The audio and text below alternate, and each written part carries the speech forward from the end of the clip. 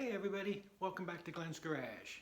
Today, once again, we're working on the ML I picked up at auction here. It's got a problem, it's currently in limp mode, so let's see if we can diagnose and hopefully fix it.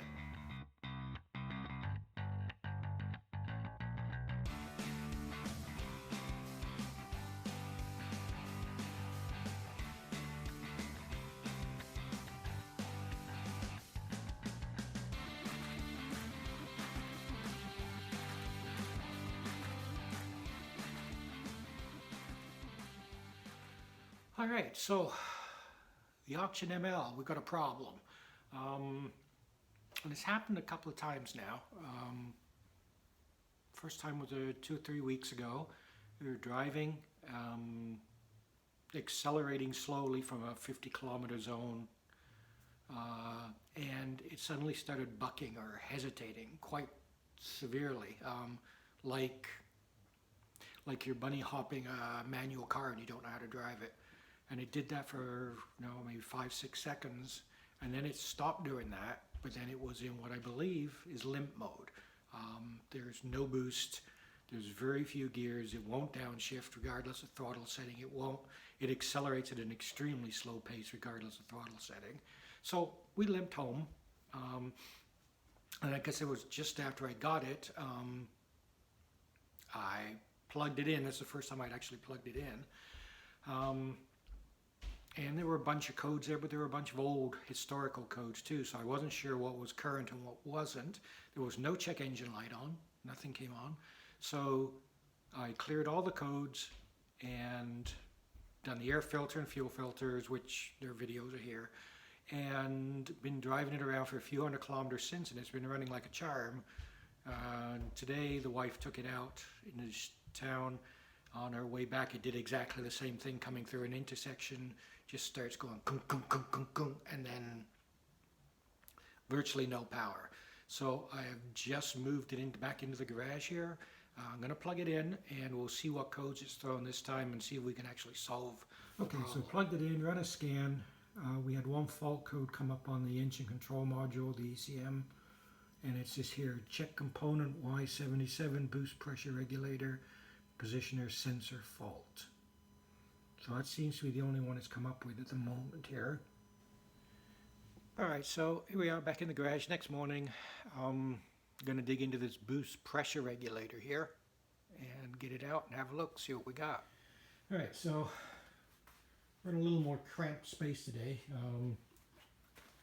Had to try and squeeze both cars in the garage. We're having some inclement weather, so my wife asked if we could have her car in the garage as well. So anyway, we're squeezed over here. Shouldn't be a big problem. It's not like we're doing a major tear down or anything. So, all right. So, pop the cover off. And so obviously turbo's back there. Your air intake plenum here, and this I believe is the actuator in question. And my understanding of what this does is this turbo has variable vanes in it, so it can vary how the vanes are set, much like I guess a feathering prop on a boat or an airplane, variable pitch.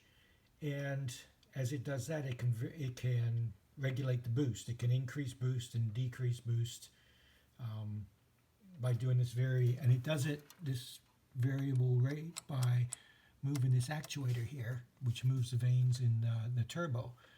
And apparently there's a couple of connectors in here that after a while is sitting on a diesel and shaking, you get a questionable connection on a small wire in here. And I believe what happens is, for whatever reason, it will break that connection even momentarily. And when it does so, the ECU looks and goes, wait a minute, I have no control over the boost anymore, so it can just boost and boost until it blows something up. So it basically throws the car into limp mode to ensure you don't overboost.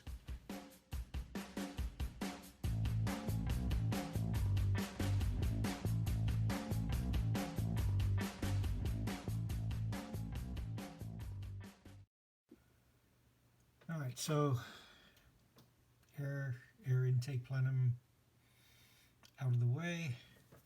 This is it, the original Hella box. Best I can tell, it's got 3 bolts back here, but I'm going to take the turbo heat shield off first. It's got 3 external Torx and probably E10, but we'll get that off. That'll give me a little room to get the 3 bolts here, and then there's the connector to the actual actuator to the variable vanes, and a plug down here to disconnect once we're loose. So E10 external Torx.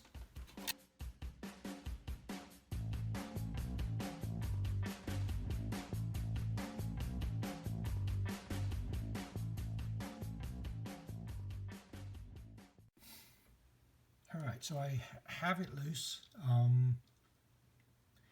There are M10 bolts at the back here. So obviously you have to get the heat shield off to get to those. You also need to get the actual actuator, the turbo, off, unclipped from this to get to one of the bolts.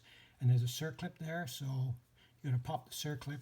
I've just put the actuator on a piece of string here, so I can still get at it. It doesn't fall down and I struggle. So that's the actuator, and it's moving freely, so there's no problem in the turbo with that. There's the actuator arm. So we just got to unplug it and it's out. Other thing you'll see here, what I did, this is just to make life easier for myself. You don't have to. I removed the lifting bracket that was down here. It gave me a lot more access to get back here, and I removed the small piece of the tray here, 2 bolts, and that pops out. That just gave me more room to get wrenches in here. So, and I put a shop rag down in case anything drops, it doesn't disappear somewhere down there and I can't get at it. So I just put a shop rag down to make sure I could capture anything. Anyway, we'll just unplug it and get it on the bench. Alright, so we have the box off on the bench here. This is it. It's what it looks like. So there's your actuator for your variable boost or variable wastegate. You plug in. It's a Hella unit, which suggests it's the original, because from my understanding you cannot buy these individually unless you buy them with a turbo. So I'm going to guess this is the original unit.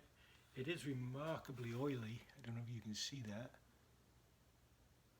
But all around here is remarkably oily, and it's all dry up there, so I'm not sure. Unless that was part of when the oil cooler stuff was leaking previous owner. Don't know. Anyway, what we've got now, we've got these metal clips all around it, and this black plastic cover should come off of here, and then what we're looking for, I believe, is the connections in here. Pop it open and we'll see what happens. Now, I should preface this by saying I'm not an electronics person.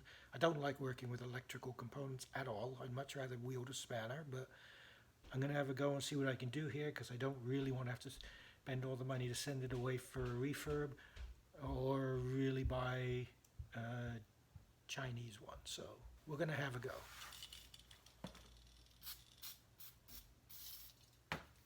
Give it a clean first while it's all closed up still.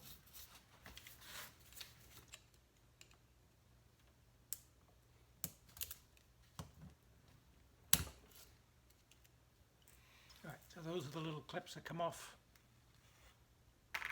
Just do that all the way around. Alright, so all the clips off. This should lift off now. Right, so what I ended up doing is I put it in the vise gently and wiggled this, because it's sealed on there pretty good, so me just trying to hold both ends wasn't working very well. So I've done that and I've got it loose now, so we'll pop it apart and have a look inside.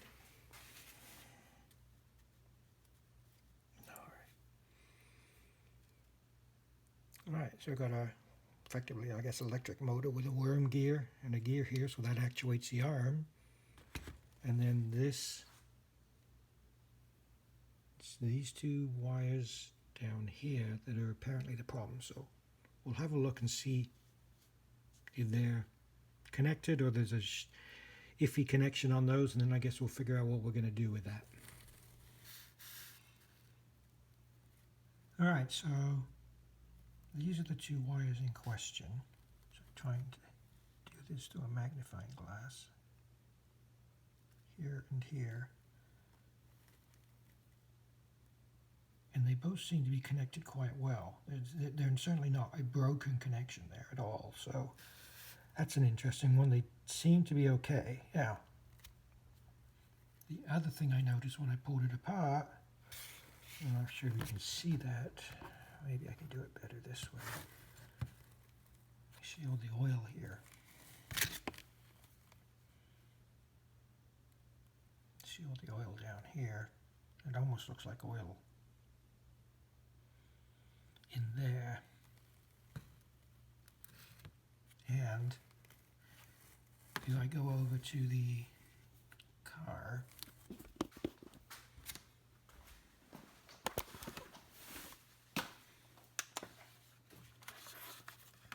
put some light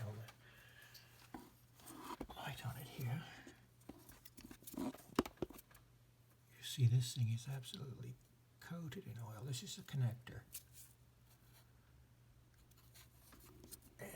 Some suspicion that maybe that's just causing enough of an electrical connection issue. So definitely very coated in oil. So I'm going to clean all these up with electrical cleaner. There's not a lot of oil around here, so I'm thinking there was a problem before. Maybe the PCV valve was blowing oil everywhere. It's not bad down here now. Alright, so what I finally ended up deciding to do was send my actuator out to the repair company Xemodex, I think it's called, in Toronto area. I'll put some information in the description down below if anyone's looking for some contact details for them. And we'll sent it out. I was actually thinking I was going to get a repair one. Mine repaired and back. What I ended up with is they've sent me a refurbished one back. So mine went in as a core, if you will, and I've gotten another one back. So just came last night. So this is actually a very much quicker way. As soon as I got my one on my way out to them through UPS, they had this one being shipped cross country. That's like 4,000 kilometers the other way. So I'm pleased I got it now. So let's have a look. Hey, paperwork, we'll keep that for the file so we know what it's cost us.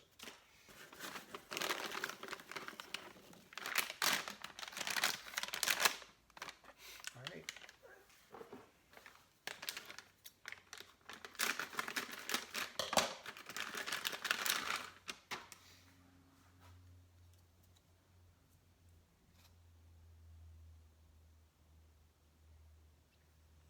All right, so it looks the same. It's even got part of the Honeywell sticker on it here. Hella stuff here. I do also have it sealed with them for their warranty. I have a lifetime warranty on this part, which is nice. So the only problem at all with doing this for me is I was assuming they would check my old one, and if they found a problem, I would know, one, they fixed the problem, and two, that was likely the cause of this going into limp mode. Now, I'm not going to know that now because they've sent me what I'm assuming is a working part, but I still have no feedback on my old one if it was, in fact, the problem. So I'm going to plug this in. I'm sure it's going to work. I'm just going to be wondering, is it going to go back into limp mode because this hasn't actually been the full problem or not. But anyway, all right, so in it goes. The installation of it should be pretty much the reverse of the removal process. I have cleaned up the oil, residual oil that was on the connector plug here, given it a good spray out with electrical connector cleaner and then an air blow off to make sure it's all clean. I've wiped everything else down there, although it was pretty good. So we'll get this plugged in and we'll start putting the fasteners back in the back here through this bracket and start to get it connected up. Alright, so we're just finishing up, snugging up the bolts here on the heat shield.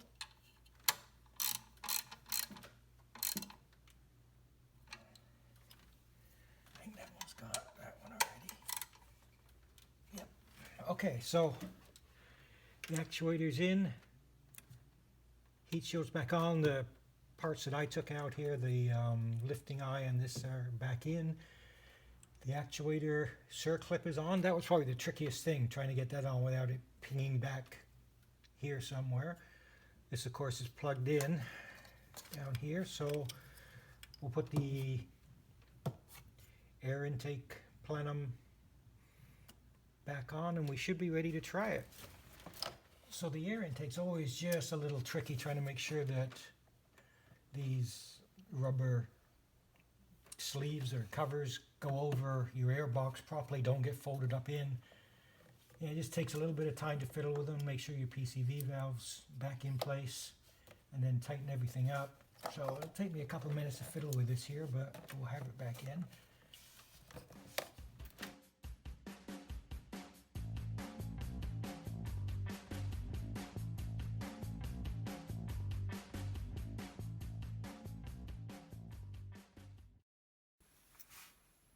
Alright, so everything's back together under the hood there. I've cleared the codes. So let's see if she'll start.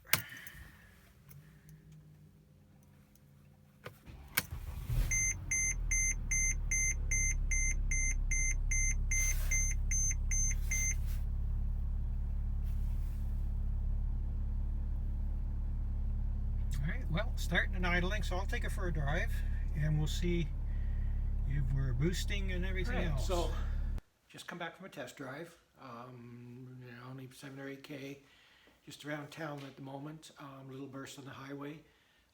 Seems to be running absolutely fine right now.